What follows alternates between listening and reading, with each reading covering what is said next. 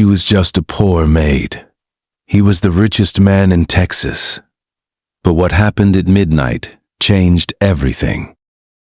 The summer of 1873 brought dust storms that swallowed entire ranches whole and heat that cracked the earth like old leather. But nothing in Wheeler County, Texas, was drier than the heart of Samuel Thornton, the wealthiest cattleman west of the Pecos River. Samuel had inherited the Thornton ranch from his father, who had built it with bare hands and broken dreams. Now 32 years old, Samuel owned more land than most men could ride across in a full day.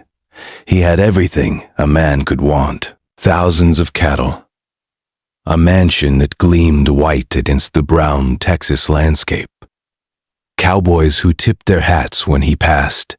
Yet every night, he sat alone in his enormous house, listening to the wind howl through empty rooms, wondering if anyone in this world would ever see him as more than a walking bank account. His mother had passed 3 winters ago.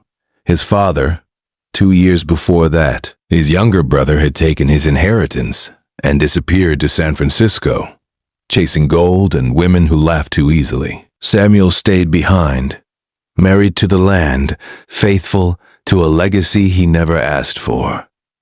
The loneliness had become a companion of its own. He talked to it sometimes, late at night, when the whiskey sat warm in his belly and the silence grew too heavy to bear. Then she arrived. Her name was Eleanor Price, and she came to the Thornton Ranch on a Tuesday morning in July, carrying everything she owned in a single carpetbag. She was 24 years old, with hair the color of autumn wheat and eyes that held storms no one had ever asked about. The employment agency in town had sent her after his previous housekeeper, Mrs. Patterson, had left to care for her ailing sister in Missouri. Eleanor spoke so softly that Samuel had to lean forward to hear her during the interview. She kept her gaze fixed on the floor, her fingers twisting the worn fabric of her dress. She had no references, she admitted. No family to speak of. She had been working at a boarding house in El Paso until it burned down 2 months ago, and she had been walking from town to town since, looking for honest work. Something about her brokenness called to his own. He hired her on the spot. The first weeks passed quietly. Eleanor moved through the house like a ghost, appearing and disappearing without sound. She cooked meals that reminded Samuel of his mother's kitchen, rich stews and fresh bread that filled the empty spaces of the mansion with warmth. She cleaned rooms that had gathered dust for years, bringing light back into corners Samuel had forgotten existed. But she never met his eyes, not once. At first, Samuel thought she was simply shy. Many young women were uncomfortable around wealthy men. But as days turned into weeks, he noticed something deeper in her careful distance. Fear lived in the way she flinched when he spoke too loudly. Shame curled in her shoulders whenever he thanked her for a meal. She carried invisible wounds, and Samuel found himself wondering about the hands that had inflicted them. He began watching her, not with suspicion, but with a growing fascination he could not explain. He noticed how she hummed old hymns while she worked, songs about grace and redemption. He noticed how she fed scraps to the stray dog that lived behind the barn, even though she barely ate enough herself. He noticed how she mended his shirts with perfect tiny stitches, each one placed with care that spoke of something beyond duty. One night, Samuel returned early from a cattle drive, exhausted and covered in trail dust. He climbed the stairs to his bedroom and collapsed onto the bed without bothering to remove his boots. Sleep claimed him before he could pull the blankets over himself. He woke in darkness to the sound of his door creaking open. Every instinct told him to reach for the pistol under his pillow. Rustlers had been hitting ranches in the county, and some had grown bold enough to enter homes. But something held his hand still.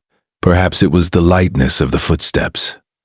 Perhaps it was the faint scent of lavender soap that drifted through the doorway. Samuel kept his eyes closed, his breathing slow and steady, feigning sleep. He heard her pause at the threshold, heard the soft catch of her breath as she saw him lying there. For a long moment, nothing happened. Then her footsteps resumed, crossing the wooden floor toward his bed. His heart hammered against his ribs. What was she doing? Had he misjudged her completely? Was she here to steal from him while he slept, like so many others who had seen nothing but dollar signs when they looked at him? The footsteps stopped beside his bed. Samuel waited, every muscle tense, ready to spring up and confront her. But instead of reaching for his wallet or the gold watch on his nightstand, Eleanor did something that shattered every wall he had built around his heart. She knelt beside him and gently, so gently, began to remove his boots. He almost opened his eyes right then, almost spoke, but curiosity and something warmer kept him still. He felt her small hands work the dusty leather from his feet, heard her soft exhale of effort as she pulled each boot free. Then he heard the whisper of fabric as she retrieved the blanket from the foot of the bed and drew it up over his body, tucking it carefully around his shoulders. And then she prayed. Her voice was barely more than a breath, words floating up from the shoe, darkness like smoke from a dying fire. She prayed for his safety on the trails. She prayed for his health and his happiness. She prayed that God would ease the loneliness she saw in his eyes, that same loneliness she recognized because she carried it herself. She prayed that someone, someday, would love him for who he truly was, not for the cattle, or the land, or the money, but for the quiet kindness he showed when he thought no one was watching. Tears slipped silently down Samuel's cheeks, soaking into the pillow beneath his head. No one had prayed for him since his mother died. No one had cared enough. Eleanor finished her prayer and rose to her feet. Samuel heard her linger for a moment, felt the ghost of her gaze upon his face. Then her footsteps retreated, and the door whispered, closed, and she was gone. Samuel lay in the darkness for hours, unable to sleep, his mind turning over what had just happened. He thought about all the women who had tried to catch his attention over the years. Daughters of wealthy ranchers and businessmen, women in silk dresses who batted their eyelashes and laughed at jokes he never made. They saw the Thornton name and calculated what it could give them. They saw the mansion and imagined themselves as its mistress. They saw everything except him, but Eleanor, who owned nothing, who had nothing to gain, who did not even know he was awake, had knelt beside his bed and asked God to bless him. The next morning, Samuel came downstairs to find breakfast waiting on the table. Eleanor was already outside, beating dust from the rugs, her figure small against the vast Texas sky. He watched her through the window, this woman who carried her pain so quietly, who gave kindness she had never received. He made a decision. Over the following days, Samuel began to court Eleanor in the only way he knew how, through patience and presence. He started taking his meals in the kitchen instead of the formal dining room, sitting at the small wooden table while she worked. At first, she seemed terrified by his presence, her hands trembling as she rolled out pie dough or peeled potatoes. But slowly, as he asked gentle questions about her childhood and her favorite songs and the dreams she had abandoned long ago, she began to open like a flower that had forgotten it, knew how to bloom. She told him about her father, a good man who had died in a mining accident when she was 12. She told him about her mother, who had married again to a cruel man who saw Eleanor as nothing more than free labor. She told him about the years of servitude, the harsh words, the harder hands. She told him how she had run away at 19, with nothing but the clothes on her back, how she had survived on the kindness of strangers and the mercy of God. Samuel listened to every word, his heart breaking and rebuilding itself with each revelation. One evening, as the sun painted the sky in shades of orange and gold, Samuel found Eleanor standing at the fence line, watching his horses graze in the pasture. He walked up beside her and stood in comfortable silence, letting the beauty of the moment speak for itself. Finally, he turned to her. "Miss Price," he said softly, and she flinched at the formality of his tone. "No," he corrected himself. "Eleanor, look at me." She raised her eyes to his, and he saw everything there. The fear that had been her constant companion. The hope she was terrified to feel. The love she had already given him, even though she believed she had no right to offer it. "I was not asleep," he said, her brow furrowed in confusion. "What do you mean?" "That night," he continued, "when you removed my boots, when you covered me with the blanket, when you prayed for me." He paused, watching the color drain from her face. "I was awake for all of it." Eleanor's hand flew to her mouth, her eyes filling with tears. She tried to speak, tried to apologize, tried to explain herself, but no words came. "Do you know what that moment taught me?" Samuel asked, stepping closer to her. "Do you know what I realized as I lay there, listening to you ask God to bless a man who did not even have the courage to let you know he could hear you?" She shook her head, tears streaming down her cheeks. "I realized," he said, his voice thick with emotion, "that I have spent my entire life surrounded by people who wanted what I have. But you, Eleanor, you wanted nothing from me except to give. You prayed for my happiness when you believed I could not hear. You cared for me when there was nothing to gain. And I realized that you were not the servant in this house. I was a servant to my own fear, my own loneliness, my own certainty that no one could ever love the man beneath the name." He reached out and took her hands in his. They were rough from work, calloused and scarred, but to him, they were the most beautiful hands in the world. "I do not need a maid," he said. "I need a partner. Someone who will stand beside me and help me build something new, something better. Someone who will pray with me, not just for me. Someone who will let me love her the way she deserves to be loved." Eleanor was trembling now, tears falling freely, but she did not pull away. "You are a wealthy man," she whispered. "I have nothing to offer you." Samuel smiled, a true smile, the first in years. "You have already given me the one thing money cannot buy," he replied. "You have given me hope." He pulled her into his arms, and she collapsed against his chest, weeping for all the years she had spent believing herself worthless, for all the cruelty she had endured, for the impossible kindness of being seen and wanted by someone she had never dreamed could want her bear.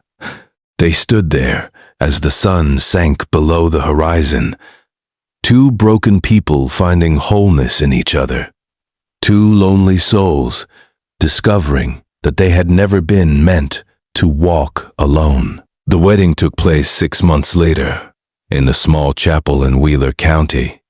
The ranchers and townspeople whispered about the wealthy Samuel Thornton marrying his own maid, but their voices faded into irrelevance against the joy that filled the little church that day. Eleanor walked down the aisle in a dress she had sewn herself, white cotton with lace at the collar, simple and beautiful, and perfectly her. Samuel stood at the altar, tears in his eyes, wondering how he had ever convinced himself that he knew what happiness meant before this moment, as the preacher spoke the words that would bind them together.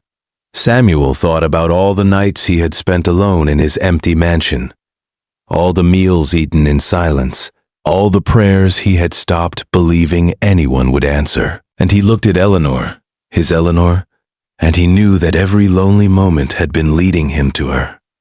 They built a life together on the Thornton ranch. Eleanor transformed the cold mansion into a home, filling it with warmth and laughter, and the sound of children playing. They had 3, a boy and 2 girls, each one carrying pieces of both their parents, the strength and the gentleness, the courage and the kindness. Samuel never pretended to sleep again. He did not have to. Every night, before they drifted off, Eleanor would take his hand and pray aloud, thanking God for the blessings they shared, asking for guidance and protection, speaking the words of faith that had sustained her through the darkest times of her life. And every night, Samuel would add his own prayer, a simple one, always the same. Thank you for bringing her to me. Thank you for teaching me what love means. Years passed. The ranch prospered. The children grew, and Samuel and Eleanor grew old together, their love deepening with each season, weathering droughts and storms and losses that would have broken lesser bonds. On the night Samuel Thornton finally left this world, at the age of 78, Eleanor sat beside his bed, holding his weathered hand in hers.